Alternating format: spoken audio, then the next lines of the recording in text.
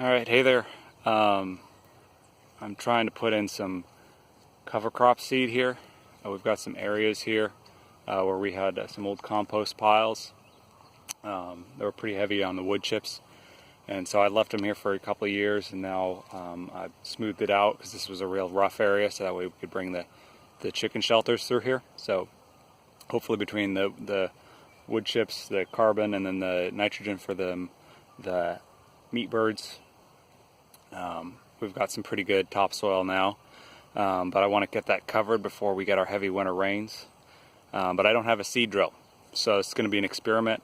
I've got the cows grazing through here right now, and I've got them real tight.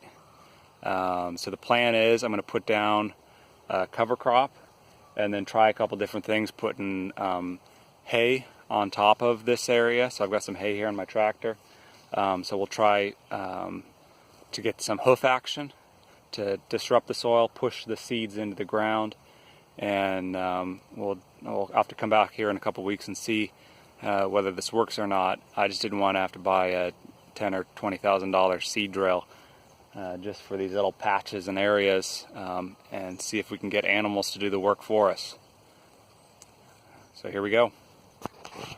My cover crop mix that I mixed up, it's got some rye and some vetch, some peas, field peas, and barley. So it's 15 pounds of rye and vetch mix, 10 pounds of barley, and then 20 pounds of peas. I went heavy on the peas because a lot of these are split, so I don't know how well they're going to sprout, and also just because I think the area needs more nitrogen, so I'm hoping I can get some nitrogen fixing in there.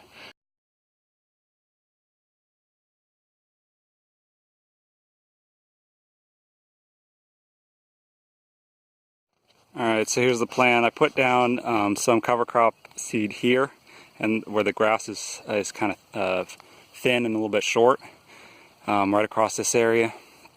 And let's see, and I put some hay over this area so I can compare whether the hay crop helps, because they're standing around and mashing on the dirt a little bit more.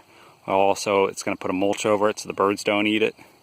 And then in this bare area, you can see it needs the cover crop too. So I spread it over these areas, and then I also put hay down to see if that helps. So I'll find out in a couple weeks whether that helped or not. I've used other animals. I've used pigs before to put in cover crops, and that works pretty good, but they really tear everything up. So I was kind of hoping this would be a less impacted, less disruptive way of putting in a cover crop. So that way we can get stronger species out here in the grass, or for little bare areas, because you don't want to have bare soil. Mother Nature does not like bare ground. All right, so you either cover it or you're going to have weeds cover it. I'd rather have good cover crop species in there instead of a bunch of thistle or worse. All right, we'll see how this works. So it's a week later, and I'm back in the same area, and you can see that there's a couple rye shoots coming up, but you can see that there's a lot of, like right here especially, the peas and the barley didn't sprout, and that's because it's sitting on the surface, right? Well, this barley sprouted, but I don't know if it'll get through that manure pad there. So that didn't quite work.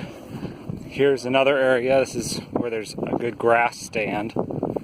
And you can see that here is the rye's coming up through the hay. So I put this hay down, right, and the cows ate most of it, spread the rest around, and that has really worked. So there it's coming up, and the same thing's true over here too. I have these two bare spots where the compost piles were, right? Here is where the hay went over the top, and you can see that's just covered in all kinds of the shoots from the cover crop coming up. At least the rye really likes that. Peas don't seem to be sprouting at all, but maybe they take longer, so it could just be they need a little more time. And then over here, you can see it's sprouting some, but it really likes where the cow patty was, right? So any kind of coverage helps. So the hoof action, at least with the size of herd I'm running right now, wasn't enough.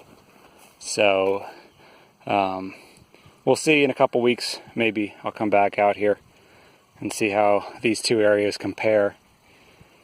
But it's interesting results. So you can definitely use animals to help put in a cover crop between pigs and cows. It works really well.